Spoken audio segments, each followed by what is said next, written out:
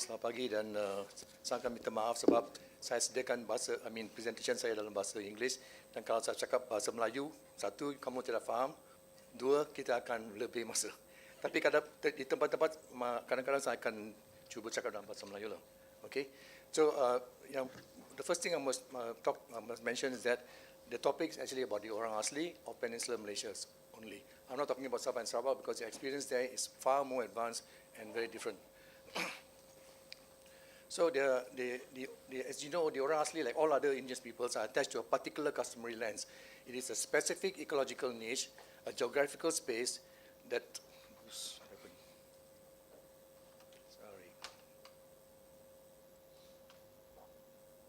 I missed it. Yeah. So the important thing to know is that the orang asli, for all indigenous peoples, the land is site specific. Orang asli are not attached to land. They are attached to the customary land. They are a specific area. Each community has its own complex, holistic indigenous system of governance on that particular land. So their very long association with this ecological niche has also meant that they have developed an extensive and intricate indigenous resource management system that is both sustainable and sustaining. It has been said that they are the original conservationists, that their lifestyles, their traditional lifestyles, cultures, rituals, and spiritualities are tuned to the rhythms and limits of the natural environment. So the orang asli have been actually practicing a form of land use zoning for a very long time, such that the various utilizations have been incorporated into their culture and ritual. The picture there shows a map of the Kelantan Termial, in the case of Post Bala. They categorize all the land use systems, where the graveyards are, where the catchment areas are, where the holy sites are, where the kabuns are, and so on. So every part of the territory is categorized. Taboos and pantangs have been used to govern various traditional practices.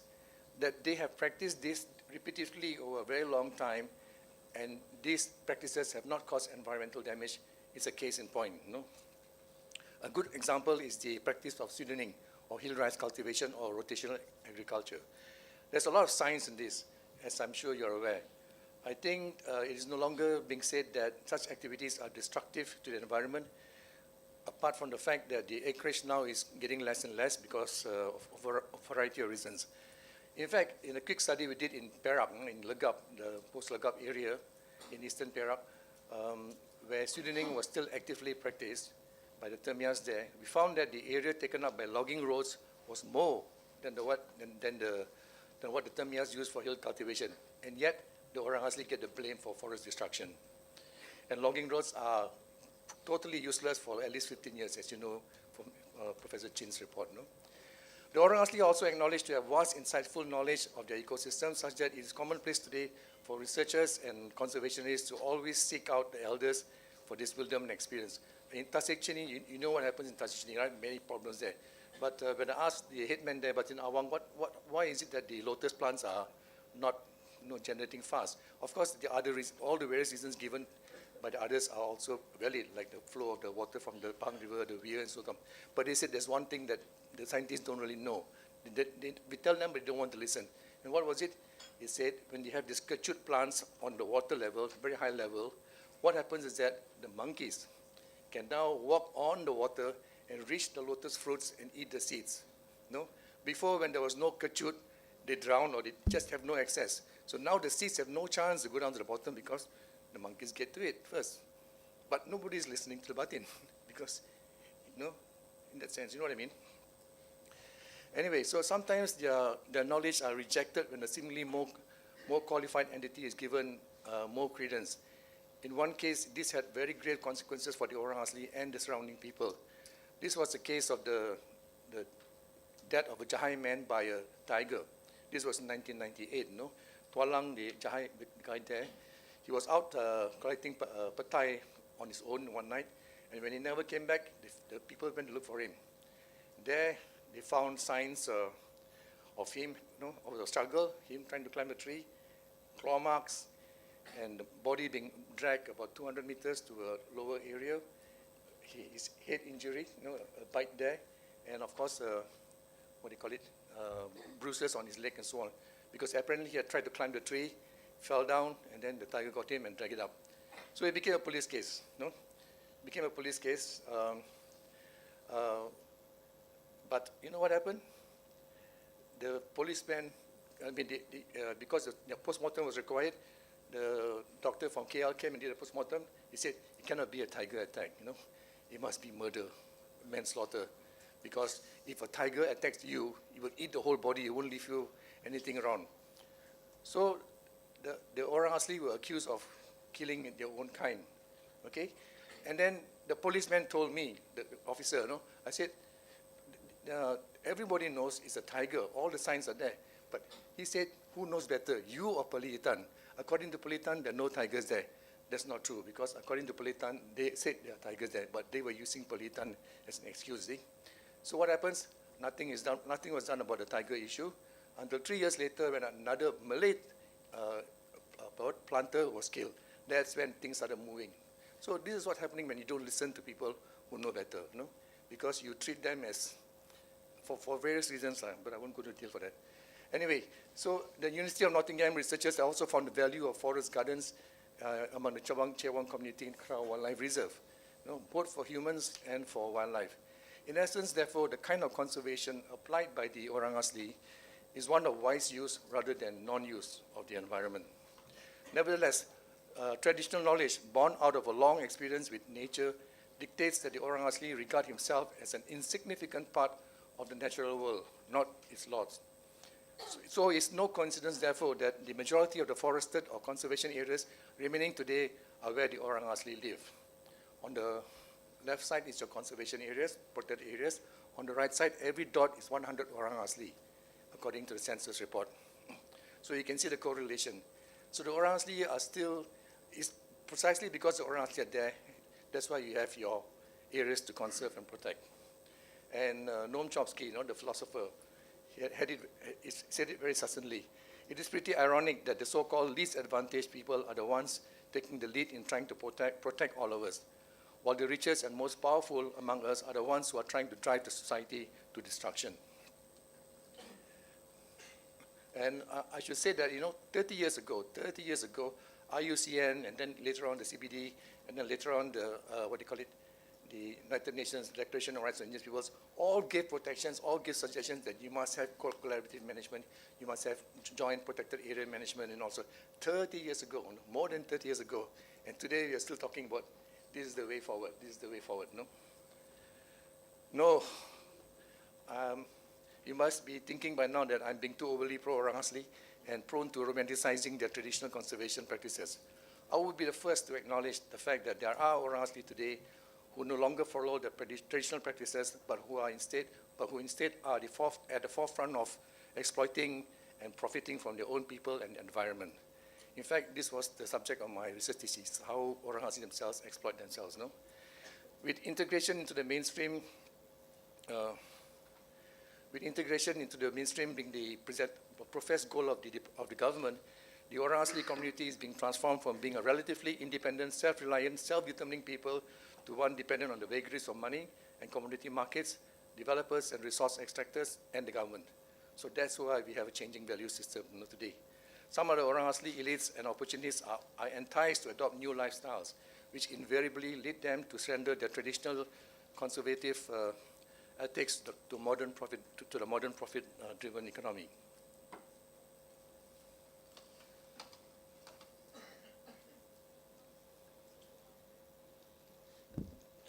But we are talking about conservation areas and protected areas. And to a large extent, the orang asli in these places still hold true to their traditional values and practices.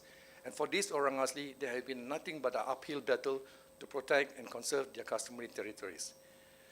The traditional territories of the orang asli, their forests and their wetlands have been plundered for profit for so-called greater national, or for profit or for greater national needs.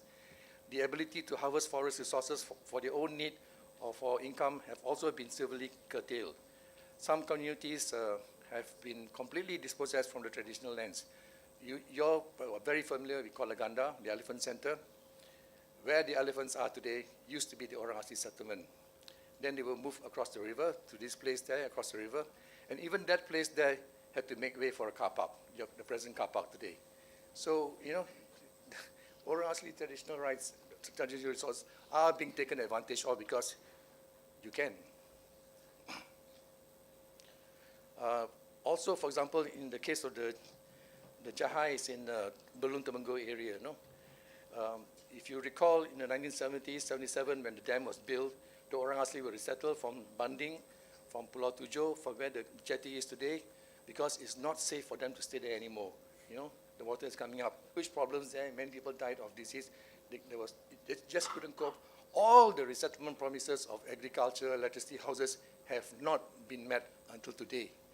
The houses that they're getting now, the so-called projects they're getting now, are all part of projects which other Orang Asli are also getting because of the programs. But the original resettlement promises have not been fully accomplished. This is more than 30 years ago.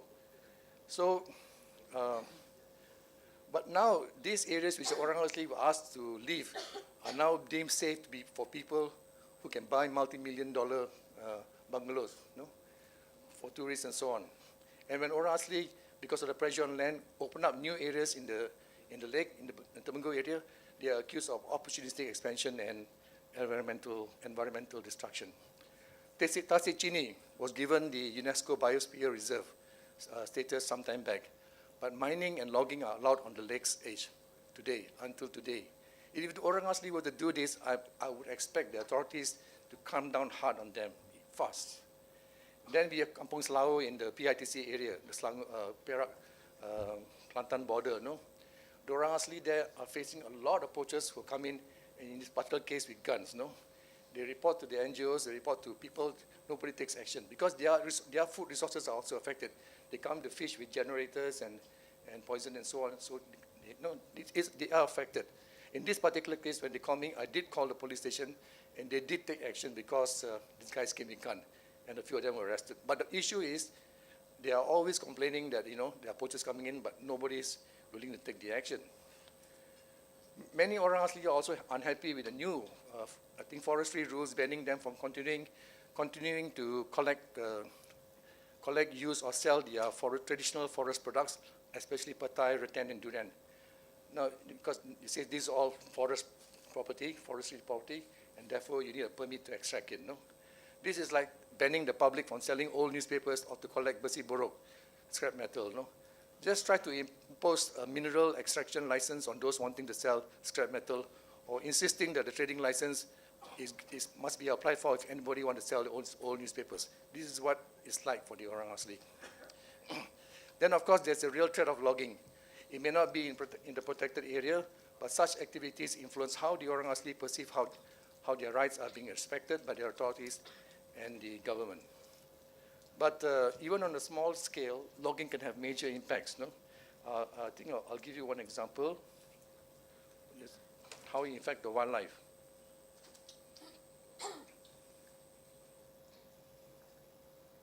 This is the case of Kampung Pelam in Pahang near Muazzam Shah.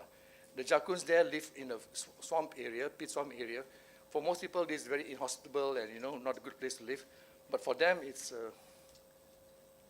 very important because these swamp areas are important for their source of water, where they're washing, and even food supplies and so on. But what happens? The government gives a logging concession to a company for 6 months, just 6 months, you know. They come in, take out all the logs, destroy the rivers, dry up the place, and then leave the Orang Asli alone. Their lifestyles are worse off after the logging when they were able to sustain a healthy and sufficiently happy lifestyle. So that's not all, that's not all. So things get bad after the logging in their area. The mental health of the Orang Asli had been declining over the years. But what happens is that because they do not have access, there's a resort to taking wildlife to sell. Because they lost the natural source of income, they lost their traditional source of food sources and so on. So a good example is this, you know. You see this woman, she's coming back to her house. It's about 2 minutes away. Just where I am is where the houses are. She's passing by these, you know, cut trees there. But they are not ordinary cut trees. No, they are growing trees. Growing trees are trees where they tap oil, a certain kind of oil. This particular tree had been in the families for 40 years. So every 2 weeks, they will come to the tree, the hole is there. Basically, make a fire to encourage the resin flow. And with the oil collected, for every 2 weeks, you can get one biscuit tin, and you get 50 ringgit to 60 ringgit. No? So one tree, 1 month, 100. 10 trees, 1,000. That's a lot of money. But what happens? You give a logging concession to a guy, and in 1 day, in 6 months, the livelihood of the people are destroyed. And then you catch them for catching wildlife. So, okay, go back again.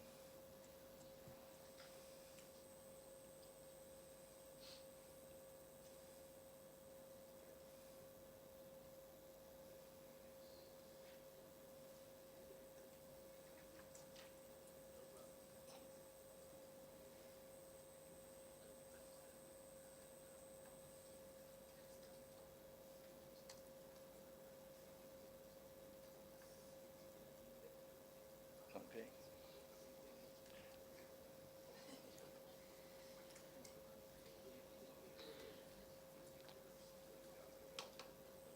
Sorry, that's the problem.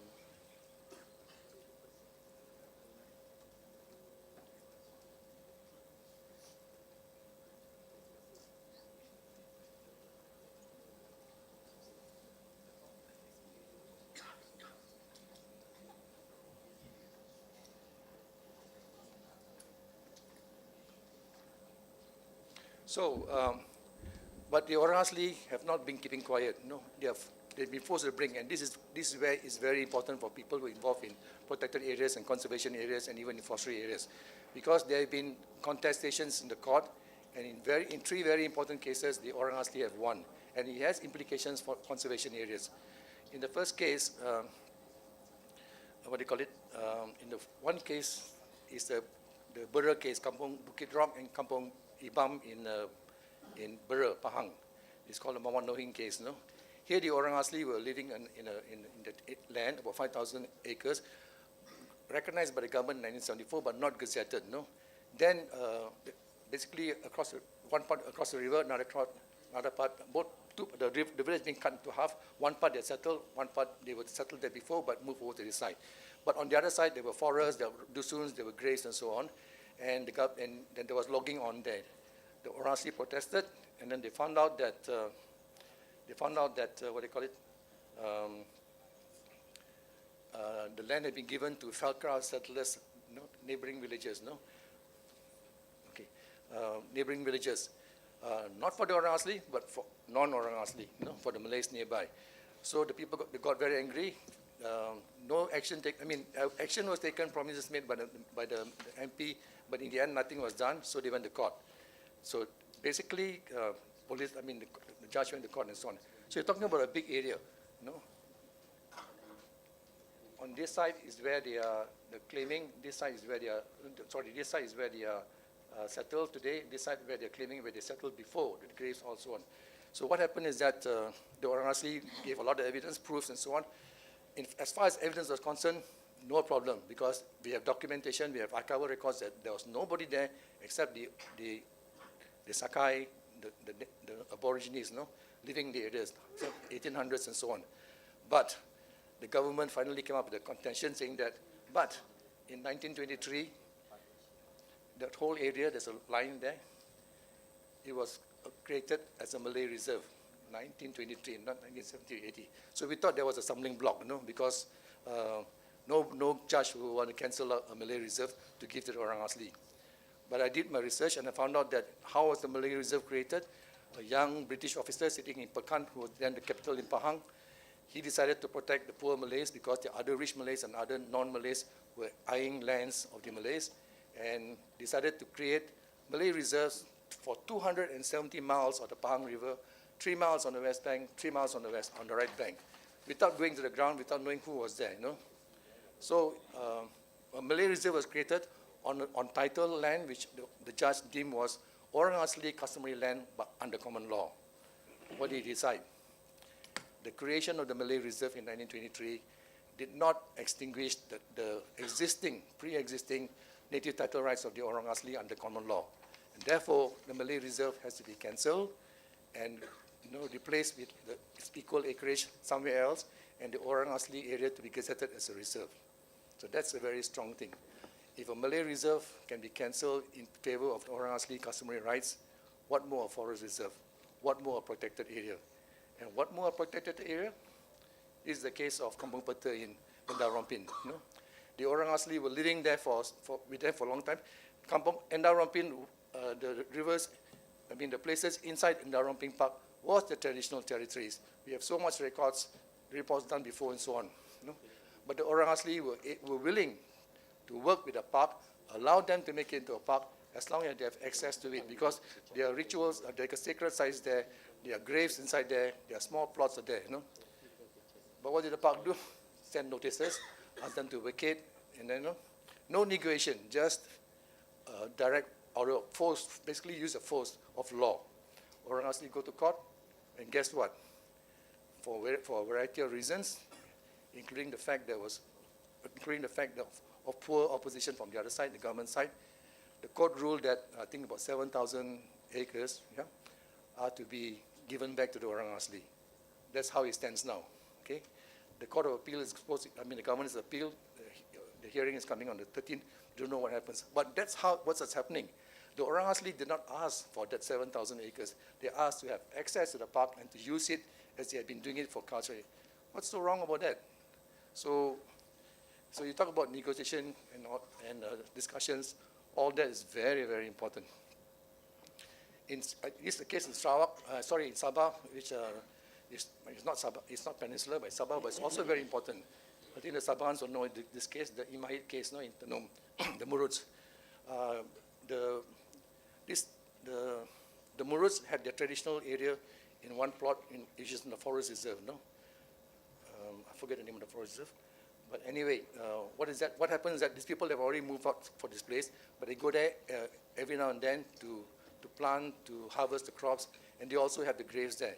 So one group of them were planting new paddy there, and they got arrested under the Forestry Act for trespassing. And they were charged in the magistrate court and found guilty.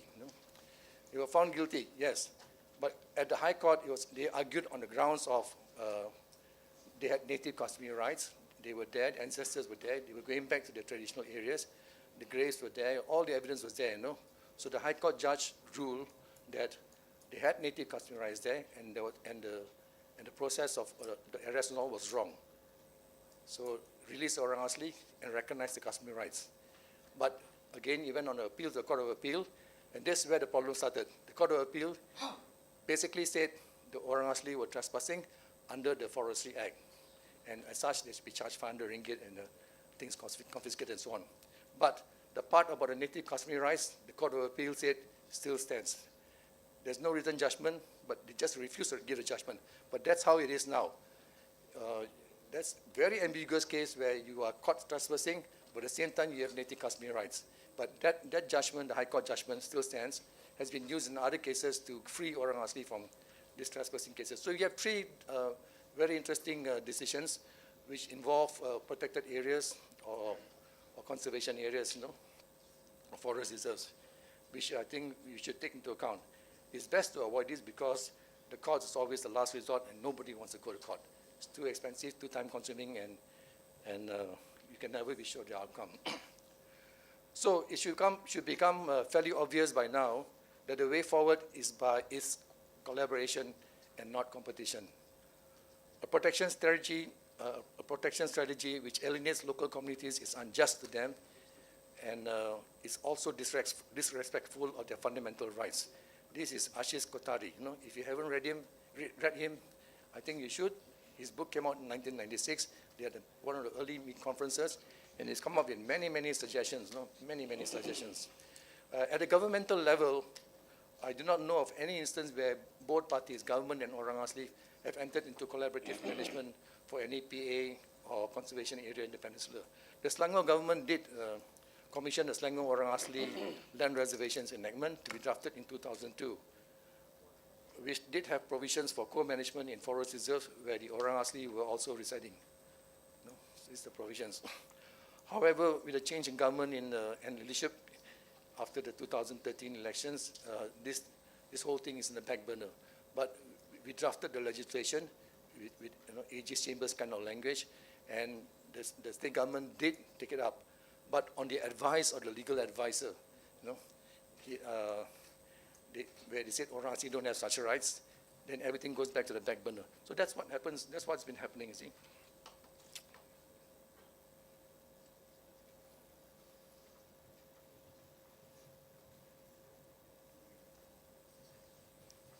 So what is it about collaborative management? In collaborative management, in a collaborative management arrangement, everyone's rights are recognized, including that of nature. And with such rights to territory and resources, there must be corresponding responsibilities and obligations to each party. Examples of responsibilities are, for example, on the part of the orang asli, reporting violations, initiating biomass regeneration, and ensuring biodiversity protection. One should not substitute, I always hear examples of people saying going to crafts and ecotourism, no?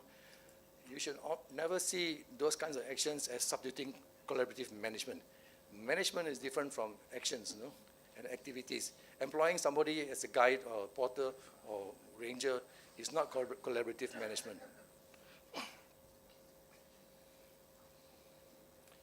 And so what are the prerequisites for collaborative management? First, coming from the orang asli perspective, indigenous people's perspective, we need to accept and apply the two basic articles of the UNDP, United Nations Declaration on Rights of Indigenous Peoples. That is, indigenous peoples have the right to free, prior, and informed consent, I speak, and that they too have the right to self-determination. These are the two very fundamental principles which, if you want to enter into any kind of negotiation, you must at least understand, if not recognize. Then we need to see the orang asli issue, then we need to see the issue of the orang asli problem from a more holistic viewpoint, not from that of an agency or department. You cannot, for example, begin to start a genuine dialogue when you begin your discussion by saying something, oh, the orang asli have no rights according to the law. I hear that all the time, I hear that all the time. There's also a need to have a good charismatic leader from the orang asli, somebody who's aware, somebody who knows his stuff. Usually, the PA managers, the people from outside, they always find somebody who's more, more extroverted, and these are the ones usually are more educated and therefore less in touch with the community, and therefore less having a hook on the tradition and cultures, and therefore you're going to get trouble, usually. So you get the right leaders and you're on the right path. It's also to remember that the orang asli are not a homogeneous people, and there's no one solution for all the issues or areas. They also need to be assured, the orang asli also need to be assured of their security, of tenure, and of access and use. We need to get a reorientation in the change of attitudes of both the government, the PA managers, and the orang asli. More inclusive dialogues are needed, more involvement, more empathy, less condescension. One of the most important steps, building the trust between government, agencies, and the orang asli. The top bureaucrats, the leaders of that organization, of that agency, must be involved, not just the lower officers or not the usual officers, because they always tell the orang asli, my heart is with you, but I don't have the power, it all depends on there. So get the guy up there involved and engaged. What are the necessary next steps that we need to take? Relying heavily on the work of Kotari, the book I was referring to, and I'm copying a lot from there, and others, the necessary next step is for the roles and responsibilities of the agencies and the orang asli community involved in the joint management to be clearly identified and understood and worked out. The nature and extent of the resource rights of the community needs to be recognized. The nature and extent of the control of the area with the government, the nature and extent of the control of the area with the government needs to be worked out also. The respective conservation and sustainable use responsibilities of the local communities and of the government need to be identified and agreed upon. The system of grievance redressal and dispute resolution between the various partners in the relationship of each partner to the outside world needs to be developed and put in place. Research needs to be done or needs to be oriented towards collaborative management, especially to determine the effects of traditional and resource use practices and to see how they can harmonize these with the conservation objectives. We also need to review the history of land use of the area in order to understand the various factors that have gone into making the current situation. PA managers need to be trained in the theory and management of collaborative management, and local communities need to be empowered with information on the legal and institutional mechanisms for collaborative management. Continual human resource development, and some people call it capacity building, programs should also be instituted. That's what the two previous speakers talked about. Participatory exercises to build up a management plan for the PA, which provides for both for the orang asli and conservationists a central role, should be conducted. The precise sharing of benefits of the PA and its resources with the local communities should also be determined. Viable alternatives to those activities that are demonstrably detrimental to conservation objectives should be determined. First, show that it's so, that it's detrimental. Then develop participatory practices to find suitable and viable alternatives. A transparent, regular, and systematic monitoring process involving all partners should also be put in place. And the final word, as long as there's no check to the growth of the demands and encroachment of the urban, commercial, industrial complex, there will be constant threat to conservation objectives and to the orang asli communities living in those areas. Co-responsibility, and co-management is possible if you only want it. Thank you.